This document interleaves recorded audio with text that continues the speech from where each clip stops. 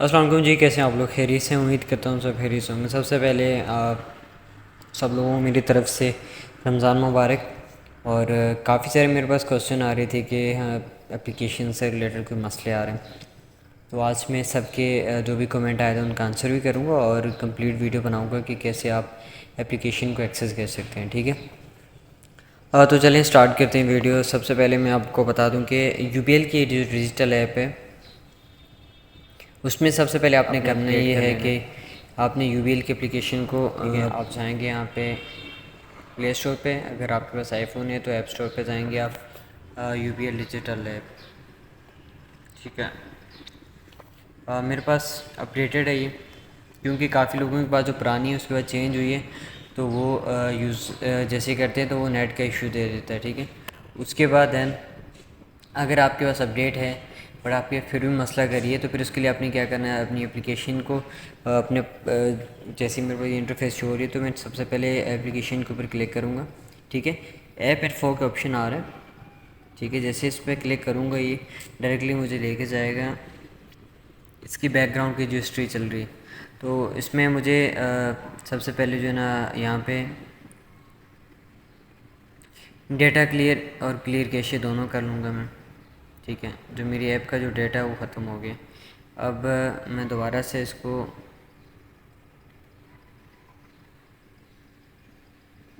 Open पे click करूँगा। ठीक है, ओपन करूँगा मैं।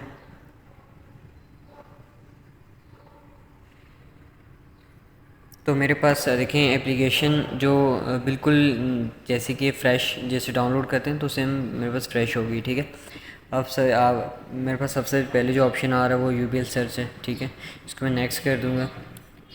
देन ये मैं डायरेक्टली स्किप कर लेता हूँ, मुझे कोई इसमें देखना नहीं है, तो मैं स्किप कर दिया मैंने। टर्म्स एंड कंडीशन आ गई हैं, पढ़ना चाहें तो पढ़ सकते हैं। उर्दू में भी काफ़ी लोगों के पास आती हैं, काफ़ी लोगों के पास इंग्लिश में भी। तो आप इसको देन एग्री करें। ठीक है, जैसे एग्री करेंगे तो मेरे पास ऑप्शन आ गया कि अलाउ कर दें एप्लीकेशन भी यहाँ पे आपने एक्सेस देने। ठीक है, ख़बरदार को जारी कर देना है। दैन मेरे पास बिल्कुल इंटरफेस शो हो गया है। अब मुझे क्या करना है कि लॉगिन करना है, अगर मुझे यूज़र नेम पासवर्ड याद है। तो अगर नहीं याद तो वो भी मैं आपको तरीक़ेकार बता दूँ कैसे आप रीसेट कर सकते हैं। तो मैं लॉगिन करने के प्रोसेस पे जा रहा हूँ।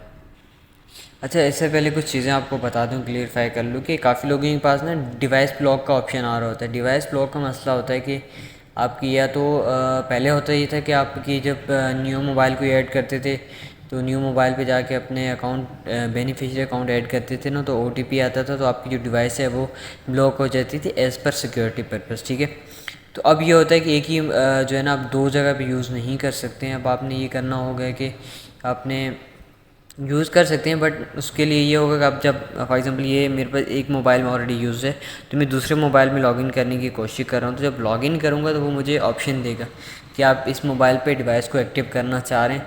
मैं भी आपको स्टेप बाय स्टेप बताऊँगा, प्रोसेस में ही आएगा। ठीक है, तो आपको उसने जैसे आप वो आपके सामने शो होगा तो आपने उसमें येस करना है। ठीक है, इसको आपने एग्री कर देना। अगर आप डिसएग्री करेंगे तो आपके पास चॉइस एरर का वेरिफिकेशन का मसला करेगा। ठीक है, और ये जितना भी है पाकिस्तान के कस्टमर के लिए जो कि बाहर हैं, यूबिल के जितने भी कस्टमर जो बाहर हैं तो उनके लिए ये प्रोसेस होगा, लेकिन उसमें फिंगरप्रिंट नहीं होगा। ठीक है, उनके लिए जो फिंगरप्रिंट है ना वो ऑप्शन नहीं होगा, उनके पास डायरेक्टली ऑप्शन जो आएगा वो फेस का होगा, क्योंकि उसके बाद लोकेशन देनी पड़ेगी। ठीक है, तो फेस से वो आपको डिटेक्ट करेगा। तो काफ़ी लोगों का जो है ना बायोमेट्रिक एक्टिव नहीं होती, उसके कुछ रीज़न होते हैं। तो मैं आज आप लोगों को कंप्लीट बताऊंगा कि रीज़न क्या होता है जिसकी वजह से आप लोगों की बायोमेट्रिक जो है ना सक्सेसफुली नहीं होती। ठीक है, तो चलिए मैं लॉगिन कर लेता हूँ। सबसे पहले मैं अपना यूज़र नेम और पासवर्ड लिखूँगा यहाँ पे।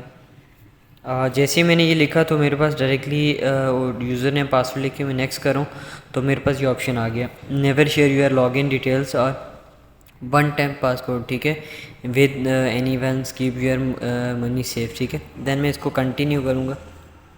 ठीक है, अब ये मुझे कह रहा है कि इनका यूज़र नेम पासवर्ड, में अपना यूज़र नेम चेक कर लेते हैं एक दफ़ा। तो अब देखिए मेरे पास ये ऑप्शन आ गया है जो मैं आपको बताना चाह रहा था कि ये ऑप्शन है। ठीक है, for your safety purse only one device can register to use the UBL digital app at a time. ठीक है।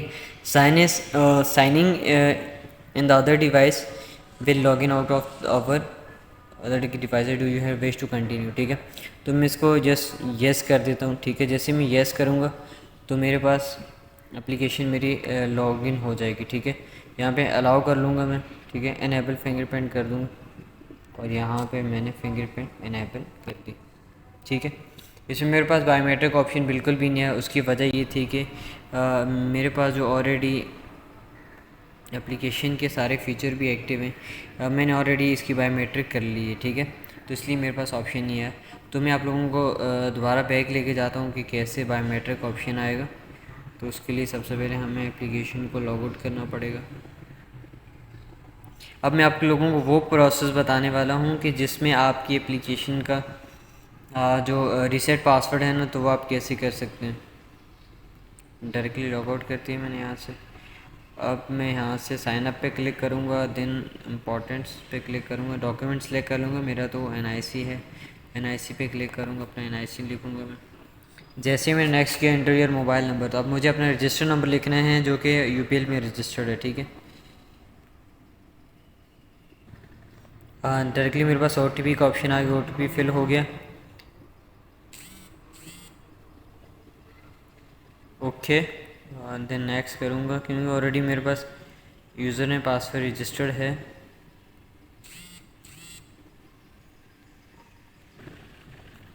सो मेरे पास वो ऑप्शन नहीं आ रहा क्योंकि मैंने ऑलरेडी लॉगिन कर लिया है।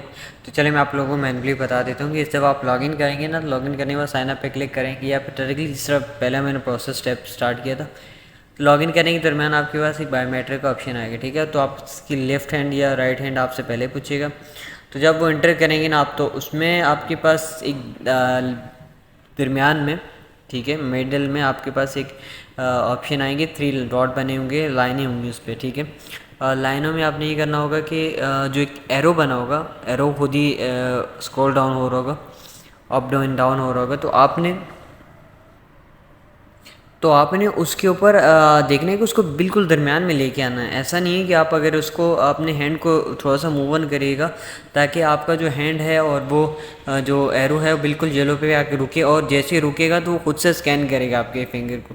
ठीक है, तो अगर आपका हाथ ऊपर होगा तो स्कैन तो कर लेगा वो, लेकिन वो जो दरमियान में ऑप्शन दिया होता है उस पर स्कैन नहीं करेगा। ठीक है, और आपके पास एक अच्छी लाइटिंग होनी चाहिए उस टाइम पे कि आप कहीं ऐसी लाइटिंग वगैरह हो ताकि आपका जो फिंगर की जो बायोमेट्रिक वो इजीली हो सके। ठीक है, फर्स्ट और लेफ़्ट होगा, फिर राइट होगा, तो देन नेक्स्ट करेंगे तो डायरेक्टली आपका जो है ना ऐप लॉगिन हो जाएगी। ठीक है, जैसे ही लॉगिन होगी तो उसके पास एक आपके पास अलर्ट आ जाएगा कि आपकी जो बायोमेट्रिक है वो 24 घंटे के बाद जो है ना, सॉरी 24 घंटे के बाद वहाँ लिखा हुआ आ रहेगा 24 आवर्स, बट आपके 2 घंटे का टाइम होगा मैक्सिमम जिसमें आप ट्रांजेक्शन नहीं कर सकेंगे डिजिटल ऐप से। ठीक है, तो ये एक ऐसे वेरीफाई करने के लिए 2 घंटे का टाइम दिया जाता है। 2 घंटे के बाद आप ट्रांजेक्शन वगैरह कर सकेंगे। ठीक है, आपकी लिमिट भी सेट हो जाएगी। तो बाकी जो लिमिट वगैरह सेटिंग है आपकी फ़िलहाल 1 लाख तक या 1 मिलियन तक सेट हो जाएगी, 1 लाख होती है मैक्सिमम। तो उसके बाद आप उसको 5 मिलियन करना चाहें तो वो मेरी एक वीडियो है हाउ टू, मैं आपको लिंक सेंड उसमें डिस्क्रिप्शन में लिंक दे दूँगा, तो आप उस पर क्लिक करके वो देख के अपनी जो लिमिट है वो चेंज कर सकते हैं ATM कार्ड के थ्रू। ठीक है, उम्मीद करता हूँ आप लोगों को वीडियो अच्छी लगी होगी। और आप लोगों के कुछ क्वेश्चन थे कि एप्लीकेशन में आप लोगों को बायोमेट्रिक का बेसिकली आपको इशू इस वजह से आता है कि आपकी जो फिंगर पे रखते हैं ना, तो वो आपकी लाइनें जो चल रही होती हैं ना, येलो कलर की लाइन्स होंगी, तो वो लाइनों के बिल्कुल आपने बिल्कुल दरमियान में रखने हैं अपनी फिंगर्स। तो वो एरो जो होगा उसको बिल्कुल दरमियान में लेके आना है। वो लेके कैसे आएंगे, अपनी जब फिंगर अप एंड डाउन करेंगे वो वहाँ पे खुद ही ऑटोमेटिकली वहाँ पे आ जाएगा। ठीक है, देन उसके बाद ये कि आपने अपना मोबाइल, अगर आपके पास एक मोबाइल में ऑलरेडी था, आपने उसका डाटा क्लियर, जैसे मैंने आपको अभी बताया, डाटा क्लियर करें, या फिर आप दूसरे किसी मोबाइल में चेंज करके चेक करें। ठीक है, और मेरे पास एक क्लास में एक भाई का मैसेज आया था जो कि UAE में है, तो उनका मैं आपको ये बताना चाहूँगा कि आप अपनी जो एप्लीकेशन है ना उसमें आप किसी और मोबाइल पे लॉगिन करें। लॉगिन करने के बाद जब प्रोसेस आएगा ना, यूज़र ने पासवर्ड सही लिखें, उसके बाद आपके प्रोसेस में जब आएगा तो उसके बाद आपने फिंगरप्रिंट वगैरह दे देनी। तो उसमें आपने ये करना है कि सिंपल अपनी एप्लीकेशन को है ना आपने ओपन करना है, देन यहाँ से स्वाइप अप टू लॉगिन करना है।